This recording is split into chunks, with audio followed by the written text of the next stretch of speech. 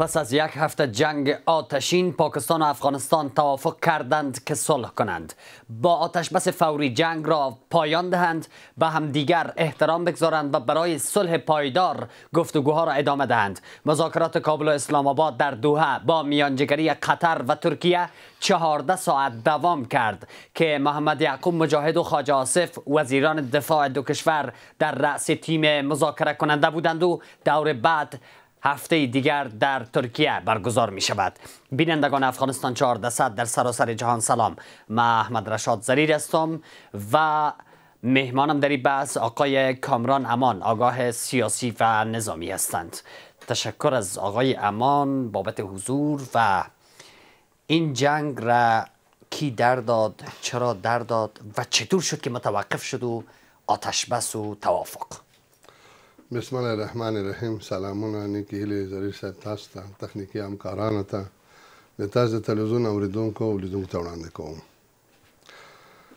مخکې له دې چې تاسو سوال جواب ته راسم، د الله پاک نه غواړم چې د افغانستان که نظامي او که ملکي شهیدان لرو، الله دې هغوی ته جنتونه نصیب کړي او د دوی کورنیو ته جمیل صبر غواړم د لوی الله نه. او ټپیانو ته د خدای نه غواړم چې عاجله شفا او په حق کې ټول ملت دعا کوي او دعا کوو. آمدم به جواب سوال شما زریر صاحب. دشمنی پاکستان در طول ایجادش تا امروز و روحیت و زادگی به وجود آمدن در جغرافیای بیگانه جور شدن پاکستان یک نوع خصومت انگلیس به جا ماند و خودش از منطقه برآمد که خاک افغانستان و خاک هندوستان با هم چند ایالت مشترک جور کردن، نامش پاکستان مان، مرکزش هم اسلام آباد مان. بدبختانه کاش که نامش اسلام آباد نمی بود. چرا مگه کشور اسلامی نیست؟ عرض کنم ما بسیار کشورهای اسلامی است، هر کس کارش. منظور ماضی است کاش که نام اسلام سرش بد نمیشد. نامش اسلامی است اما کارش از صهیونیست و یهودی بدتر است. چه کارهایی مثلا؟ مثلا اگر در مورد ایران فکر کنیم، در ایران کدام مداخلاتی نداره. اگر در مورد هندوستان فکر کنیم، کدام مداخلات در هندوستان نداره. اگر در مورد اجنتوری اداره اسلام آباد در بین کشور چین با امریکا راپور دهنده قواتای چینایی است بر امریکا و تکنیکش میخره، تکنیکش پس به امریکا وارد میکنه و اونا جور میکنه با ضد اصلی چین، پس اونا اسلحه جور میکنن. اینی کارای اجندا زبین کشور چین، یعنی با چین هم اینا صادق نیستن، با وجود که تمام سرمایه گذاری زیر بنای پاکستان سرمایه چین است. در مورد افغانستان ببینید که انتقام جویی در طول 45 سال بعد از تجاوز شوروی که اونا یک کسی بود به نام رئیس استخبارات پاکستان جنرال اختر و ضیاءالحق رئیس جمهور بود. ضیاءالحق بیان میته به مردم پنجاب خود میگه که جهاد مردم افغانستان دفاع از پاکستان است. جنرال اختر میگه که کابل باید بسوزه. شما از این شعارایتان مردم ما برداشت کنه که هدف از این شعار چی بوده و چرا این کار کنه؟ دو روز پیش هم خواجه آصف با همین ادبیات صحبت میکرد. این امو سلسله استراتژی اینا را که از ایجادش تا امیم روز که کدام تر استراتژی در مورد افغانستان، در مورد هند، در مورد ایران و چین اونا ترتیب کده مطابق پلانای اونا پیش میره. درسته. دیگه این میراث انگلیسا ورداشتن که به خاطر د انگلیس او کلای او سیاستمدارایی که در قرن 19 و 20 در حاکمیت بوده، امروز او انسانا در انگلستان وجود ندارن. بالاخره نه فیصله که میراث ما را با امریکا بسپاریم که امریکا گرفت ایوازش. ولی پلان انگلیس و امریکا ظاهرا اونا با یکی دیگه مخالفت میکنه، جلسات عمومی در دنیا در رقابت‌های خود، ولی در اصل هدف باز اینا مشترک میشن، اهداف مشترک دارن و پاکستان تطبیق کنندش. همین جنگ اخیر را هم به هدایت انگلیس و امریکا پاکستان با افغانستان کرد. بیاین کار دیگه دمی امروز پاکستان تا گلون غرق است در قرض از تمام دنیا، هم شرکت های داخلی هم بیرونی هم بانکای دولتی. چین هم که پولش خواسته. پولم به خاطر ازی خواست که گپ چین گوش نمیکنم. میده و واشنگتن به قصر سفید مدرعه. نه باید به چین برن در پکن و نه برعکس میرن در اونجا. اما یک مسئله امیانی مردم افغانستان مداره میگه قط اینجا میکنه و تخم دیگه جای میده. اینا همه خصوصیات دارن. پنجاب دیگه با او خاطر اینا زمانی که به دستور ترامپ یا امریکا دعوا نمیکنن. برداشتای شخصی، تحلیل شخصی خودم است که چرا اینا اتدافتن این عمل انجام دادن. درست. چرا در مدت نمیکردن. اینا 4 سال چین میزنن. یکی از مقامات حکومتی هم که معین وزارت اطلاعات فرهنگ بود آقای مهاجر شباهت به همین دیدگاه شما داشت. دیدگاهشو گفت که به دستور ترامپ این کارا را کردن به دستور آمریکا. ما چی میگم؟ میگه مسلمان از چی میشه زیاد اعمالش و خائن و خائف و کافر از چی میشه زیاد اعمالش. و خداوند به چی میشناسی؟ به قدرتش. منظور از این است که ما ریشه ای جرأت از کجا کرد پاکستان که میایه پایتخت یک کشوری که امپراتورا را اینجا به زانو در آورده میاین مستقیما قلب کابل میزنن. زمانی شما ایره نشان میده که جرأت خود پاکستان نداره. هیچ وقت نداشت و نداره و نخواهد داشت. اینا به دستور امریکایی کار کردن که خواسته های امریکا در اینجا تطبیق شود که گویا ما در عادی باغرامه باید بگیریم. خواسته های از و پاکستان خواسته های خود داره که سیاست خارجی افغانستان به دست ما باشه، قراردادهای تجارتیش به دست ما باشه، موضوع نظامیشان تشکیلاتش به دست ما باشه، مثل که در جمهوریت اشغال شده افغانستان 70,000 اردو سرشان داشت، حتی 70,000 هم نداشتن، تقریبا در 55,000 اردو داشت افغانستان. در جمهوریت او افلافگری بود که 3 لک داریم و 4 لک داریم. بفرمایید یک کسی برای من نشان میدم 4 لک لسته. اگر داشت کلش خیالی بود پول گرفته میشد. چقدر بود سرباز؟ 65,000 60,000 در وقت آخر که بخید 50,000 رسید. درست. یعنی ضریست ما نه فیر هوایی میکنیم، نه لاف میزنیم، نه تهمت میکنیم.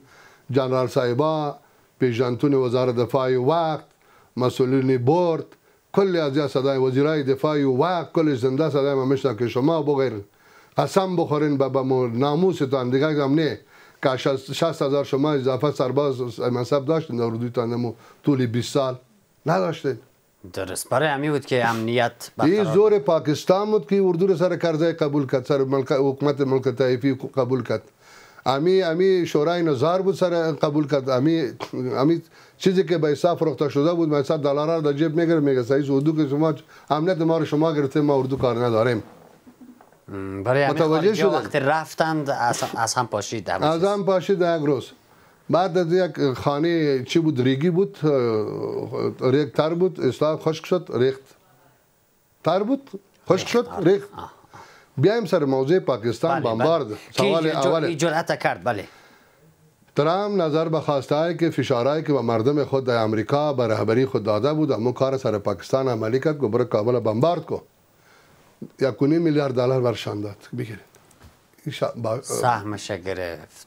درست. یعنی ما که میگیم که اردوی پاکستان کراییست، ما که میگم عادی نظامی است، اینجا میتونی یک تروریست بخری، اینجا میتونی یک سنایپر والا را بخری، اینجا در برابر 1.5 میلیارد دلار حملات به افغانستان انجام شده.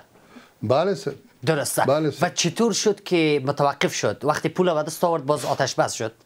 زمانی که در مصر جلسه داشتم به ترامپ اطلاع رسید که بین افغانستان و پاکستان جنگ بسیار به سادگی گفت مشکل ما که رفتم حل میکنم. حتی عکس العمل نشان نداد. بله. که گویا راپور برش رسید که پاکستان کار کرد. او گفت که صحیح است. ولی دیپلماتیک گفت که ما این مشکل به من بسیار ساده است، به یک تلفن حل میکنم. یعنی من کردم عمل اجرا شد، موضوع حل شد. درست. ولی کی را کشت؟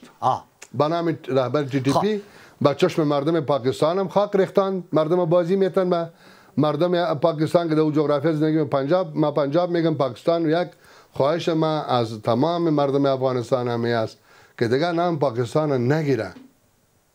پاکستان ما به رسمیت نمیشناسیم، نبوده و نمیشناسیم. نیاکان ما به رسمیت نشناخته، ما چرا رو پاکستان بگیم؟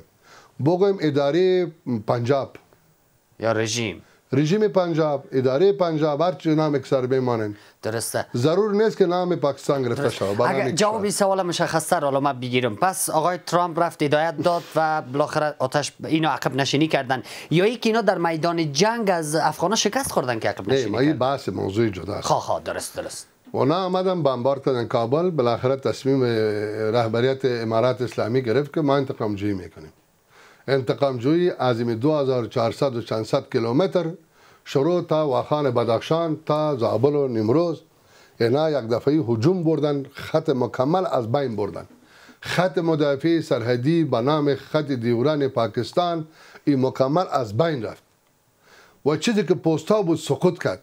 دولت خانه شباب که میگه 25 پستا سقوط کرده، کلش سقوط کرده، کلش فرار کرده. پاکستانیا تانگش هم آوردن، سلاحش هم آوردن، پستایش هم در گرفت، تاسیساتش هم از بین رفت. بفرمایید کسی بگه برای کسی کنه تاسیسات سرحدات پاکستان. این یک تجاوز بیشرمانه، تمام خلاف تمام قوانینی که داشتیم نداشتیم دار یک وقت بودن بسط دنیا، حالا خود نیست. بعد از سال 90 او قوانین زیر پا شدن، کسی که جور کرد خود از بین بردن او را. خب ما تابع از قانون بودیم که بیاین اکثریت قانون قبول کرده، ما هم قبول داریم. کشورهای غریب بیچاره اون هم قبول که بزرگا قبول میکنه، کشورهای بزرگ ما هم قبول داریم، ما قبول کردیم. اگر این قانون انسانیت هم داشت نبود، از هیچ فقط برای متجاوزین و قانون جور شده بود که چی رقم برای خود فتوا جور کنه، به اصطلاح عربی فتوا بگیره، مکتوب بگیره و برای کشور ضربه بزنن و او را چورو چپال کنن به نوبت، هر کدامش به نوبت. این امروز نوبت هم است فلان ملک میگیره، ماسکونش چوب صحیح حق به جانب استی، او میگه حق به جانب استی، رام برش میده، کمکش هم میکنه، ولی مرد در چشم مردم دنیا اینا خاک میریختندن. ولی امروز الحمدلله امروز دنیا اقا پیشرفته شده که دیروز امروز در امریکا مظاهرات علیه ترامپ شد و ترامپ وادار به این میسازه که استعفا بده. یک حکومت دیکتاتور، یک حکومت دیوانه آمده در او کشور که خود امریکا در سطوح در بینی رسیدن، کار نیست، بار نیست، مالیات 2 چند شده، 3 چند شده، اموال کشورهایی که رفع مشکلات مردم امریکا صورت میگرفت، اونا را تعرفات سر زیاد ساخت، اونا قطع قدم سرشان دیگه کشورها میبره، مالا به امریکا نمیته. امریکا خودش در انزوای اقتصادی فعلا قرار داره. ما برتن چند بار در میز شما گفتیم. بله گفتین. برمیگردم جناب امان دوباره به شما، اما پیش از او میان برنامه کوتاه. ادامه بحث. آقای امان، حالا به آمریکا هم اگر خواستین بپردازین، ولی در این محور میخوام حالا بحث کنیم که بالاخره آتش بس شد. درسته که پاکستان از قطر درخواست کرده که میانجیگری کنه. اینجا ترکیه چی کار میکنه؟ اصلا رابطه افغانستان با قطر و ترکیه را چطور میبینی؟ نقششان در آتش بس چطور میبینی؟ خب ما بارها در چندین سال در طریق رسانه گفتیم که سر لیدرشپی کشورهای اسلامی جنگ جریان داره بین عربستان سعودی و ترکیه و ایران. بالاخره ایران از ضربه زدن، ماندن ترکیه و قطر و چی مان؟ عربستان مان، قطر مان، ترکیه مان. درست. 3 کشوره و قطر رول عمده در این مسائل جهانی دارد. واضح گپ است که در پسرش امریکا استاد است، واضح گپ است که امریکا گپایش میپذیره و یگان وقت اگر قطریا خدا شورم بته باز اسرائیل میای و بمبارد میکنه، با ترامپ میگه دیگه بمبارد نکنین، فکرتان باشه، غرض ناره نگیرین، قرارداد امضا میکنه. خب بعد در قرارداد مجبور است که امضا کنه که سبا امریکا رو که برای بمباردش کرد. بعد از بمبارد اینا رو ترساندن قطریا را، بیچاره را. کم از خود که مملکت است، اردو هم چندان اردوی نداره، قوا هم چندان قوا نداره، نفوس هم چندان نفوس نداره. عربستان سعودی واره او را ترساندن سر او را و قماندانای جهادی حماس به قتل رساندن. ما باور داریم که امو هم توطیه بوده، در او هم شراکت داشته، کشورهای اسلامی هم به کشتن از واره تنروایش به اصطلاح حق استاب سر حق غزه و سر فلسطینیا اونا را بیچاره را توطیه کردن، خواستن به نام مذاکره ولی از بین برد. مثل رهبر در ایران به موافقی ایرانیا کشته شد. یعنی توطیه جهانی در غیاب هر موضوع. این بمبارد افغانستان موضوع ساده نیست که بگیم یک پنجابی قجرت میکنه و میای پایتخت افغانستان میزنه و این اعصاب و این روحیه امروزی و امروز غیرت و همت مردم افغانستان از هر کشور دیگه که پاکستانی بسیار خوب درک میکنه. اونا دیدن و میفهمن که سرباز ما، مجاهد ما، افغان ما، جوان ما سر وطن خود سر خود میتن ولی او ایره درک میکنه. شکستای امپراتورا را در اینجا خود پاکستان مشاهده کردن با شمول انگلیس بادارش. اگر امان سوالا بپردازیم که آیا ترکیه و قطر سبب شدن که آتش بس شوه؟ آیا پاکستانیا در میدان شکست خوردن که سبب شوه آتش بس شوه؟ یا ترامپ هدایت داد که آنگونه که شما گفتین به جنگ هدایت داد؟ چی شد که آتش بس شد؟ من چه میگم؟ من از اول گفتم که یک تعرض تهاجمی پیاده بالای سرحدات بگویم یا خط فرضی و طرف پوسته ها و مرکزهای نظامی فوج پاکستان بود، همزمان سقوط کردن، از بین رفتن. اینا فکر میکردن که یک روز دو روز سه روز اینا بمبارد کرده بره و ما مراجعه کنیم به کسی که حال ما را نجات بده. ولی همین پنجاه بود، قطر هم به تکلیف ساخت، عربستان سعودی هم به تکلیف ساخت، رفیق قرارداد امنیتیش بالاخره و به ترامپ گفت که خیر موضوع را حل میکنم. متوجه شدی؟ بعد به قطر گفت، قطر به ترکیه گفت، ترکیه هم وضع ناتو، ترکیه و او مرکز بزرگ اداره کننده خلیج فارس و خاور میانه را قطر نظامیه امریکایی اداره میکنه. یک عادت که مکمل همین مناطق یه زیر کنترل گرفته، هم استخباراتی هم نظامی. کدام آواز چی صورت میگه در مناطق اونا زیر کنترل عادی نظامی که قطر وجود داره اونا کنترل میکنه. آتش بس این دفعه دوام میکنه؟ دفعه قبل که قطر و عربستان کردن دوام نکرد. امیدوار هستم که اونا میخواستن در سر میز مذاکرات که 48 ساعت پوره شد، اونا یک کار دیگه کرد که بدبختانه به نام TTP گفت و ورزشکارای جوان ما را که در پکتیکا اینا در ولسوالی ارگون و برمل خیر سرحدی است، مرکزی است ولسوالیش، اینا میمان میشن. بعد از مسابقات میان کسی کوردینات برش میته، مستقیما میای خانه را یا این میمانخانه از این مردم بمبارد میکنن. ورزشکارا را عمدن زده قصدن زده. من باور دارم که هر اجنده که داشت خدا این را تباه و برباد کنه که کوردینات دادن، تلفن همونجا مانده و بی پیلوت آمده همون خانه را زده. همون خانه را زده که اینجا ورزشکارا و اونا را همشان به شهادت رسانده، یک نفر دو نفر چند زخمی مانده. یعنی جنایات صورت میگیره که آدم تحملش کردن نمیتونه. درسته. که تو یک پوستر میزدی، یک قرارگاه میزدی، یک قلوردو میزدی، زورت میدیدم. تو یک نظامی را میزدی، تایمانی را زدی، مردم ملکی طفلا را زدی، اشتکاره در اونجا برمل زدی، اونجا جاربازی، غیر مردم ملکی کدامش تو زدی؟ کدام ولسوالی را بمبارد کردی مقرشه، ولایت بمبارد کردی مقرشه، کدام لیوای نظامی را بمبارد کردی مقرشه، کدام قلوردو را مرکز بمبارد کردی. ما میدیم که الله واقعا تو جنگ با نظامیه داری، ولی جنگ مردم افغانستان نشان داد در اون طرف یک آدم ملکی ضرر نیده، در اون طرف خط درست کلش پوستای نظامی بودن، کلش از بین بردن. و در قطر بین آقای مجاهد ملا محمد یعقوب مجاهد و خواجه آصف و دیگرا چی صحبت شده به نظرتون که توافق شده؟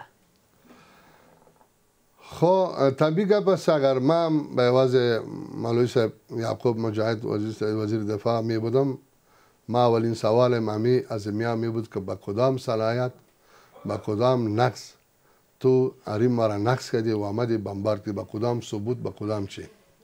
درست. تنها خب با ادعا و تهمت خود نمیتونی که یک مملکت رو بمبارد کنی. تو یک ثبوت سند باید داشته باشی. دوباره تکرار خواهد شد. ما تاریخ 25 ماه باز در ترکیه اینا میشنن، اونا میخوان که دو کمیسیون ایجاد کنن دو طرف و هم از ترکیه و قطر هم نماینداش خواهد باشه در این کمیسیون. بررسی میکنه که ملامت کی سلامت است، یک موضوع.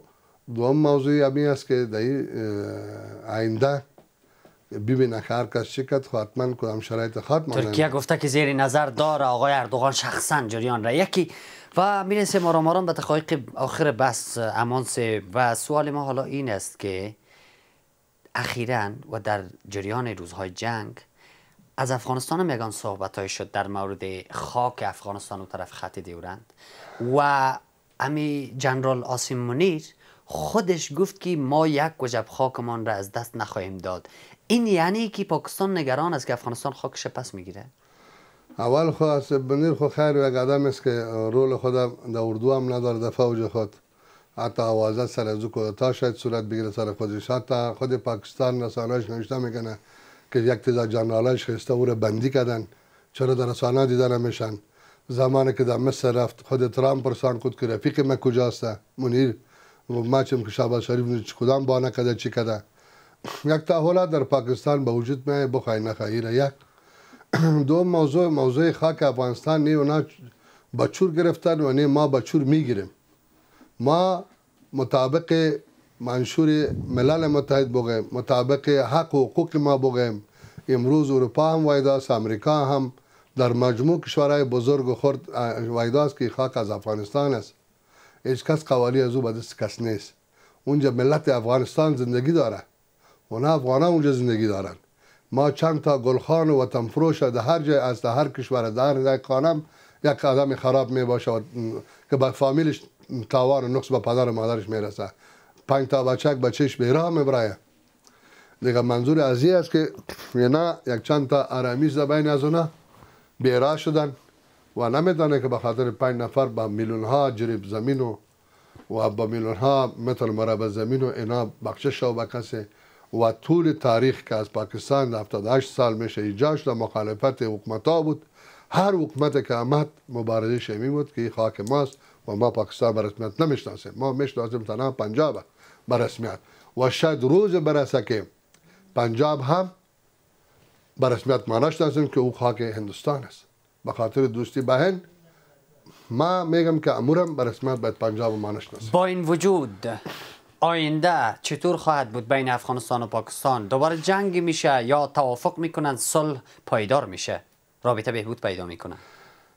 گوش کنید نظری صاحب، ما وعده تاریخ 10 حکومت شخص خودم هستم در افغانستان. در افغانستان 10 حکومت افغانستان خودم دیدگاه سیاسی شانه برخورد به پاکستان و از پاکستان به افغانستان ما مطالعه کردیم، با چشم سر خود دیدیم، حتی لمس کردیم، مثل کامی لحظه لمس میکنیم درد مردم خدا، لمس میکنیم سیاست حکومت خدا، لمس میکنیم پاکستان برخوردشه، همه چیزش میبینیم.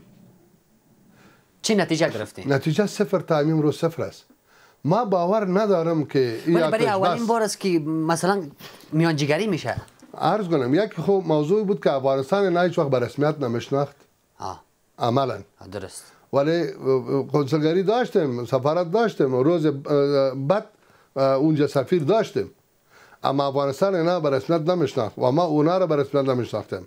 ما که سفارت هم داشتیم اونجا به خاطر مردم و تجار و اونجا ملت افغان افزایگی بود. امروز آلمان ما را به رسمیت نمیشناخت، 2 کنسولگری داریم. امروز صبح دیگه صبح امریکا ما را نمیشناسن ولی اونجا شاید کنسولگری ما فعالیت کنه. سگ شورا ما را به رسمیت نمیشناسه ولی سفارتخانه ما فعالیت داره. این به ایمانش که ما را به رسمیت شناخت.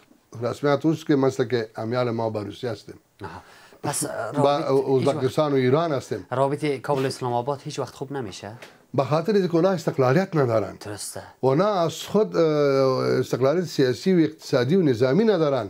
اونا بردستن، اونا علقه به گوش هستن. اونا را چیزی که دکته میکنن طول 78 سال او دکته ادامه داره. عمران خان صرف گفت که ما غلام کس نیستم، ما امر کس را قبول ندارم، مستقیما در زندان ندارم. سر به روسیه رفت، گفت روسیه را گفت که ما در جنگ اوکراین در تحریمش هم نیستم و در مخالفت و طرفدارت هم نیستم. شما میفهمون دقیقاً. عمران خان که آمد گفت چرا ایگا بزدی؟ گفت ما غلام کس نیستم و غلامی کس را قبول ندارم. یک هفته باش ما در زندان رفتم خاطر 1 ساعت. یک جمله دیگه پیامتان به مردم افغانستان چی است؟ ما به مردم افغانستان پیام دارم که برادرها بالاخره بیاین بیدار شوین، بالاخره بیاین متحد شویم، بالاخره بیاین امی مرزهایی که بین ما امی پنجاب انداخته بود، امی انگلیس انداخته که کشوری داشتن که به اتفاقی بر تو حکومت کو اونو سر ما کردن در 100 سال و آینده ادامه خواهد داشتی. بیاین متحد شوی به خاطر منافع ملی کشور خود، جغرافی خود. بین خود ما که است که ما سیاه پوشیدیم تو سفید پوشیدی، ایران مگذارن در بین خود فیصله میکنن. برای دشمنا این زمینه را باید مساعد نسازیم که از بی‌اتفاقی ما اینا سو استفاده کنیم. سپاسگزارتان کامران امان آگاه سیاسی و نظامی بابت حضور و تشکر از شما هم که بیننده بودید. تا فردا شام لحظه ها بکام.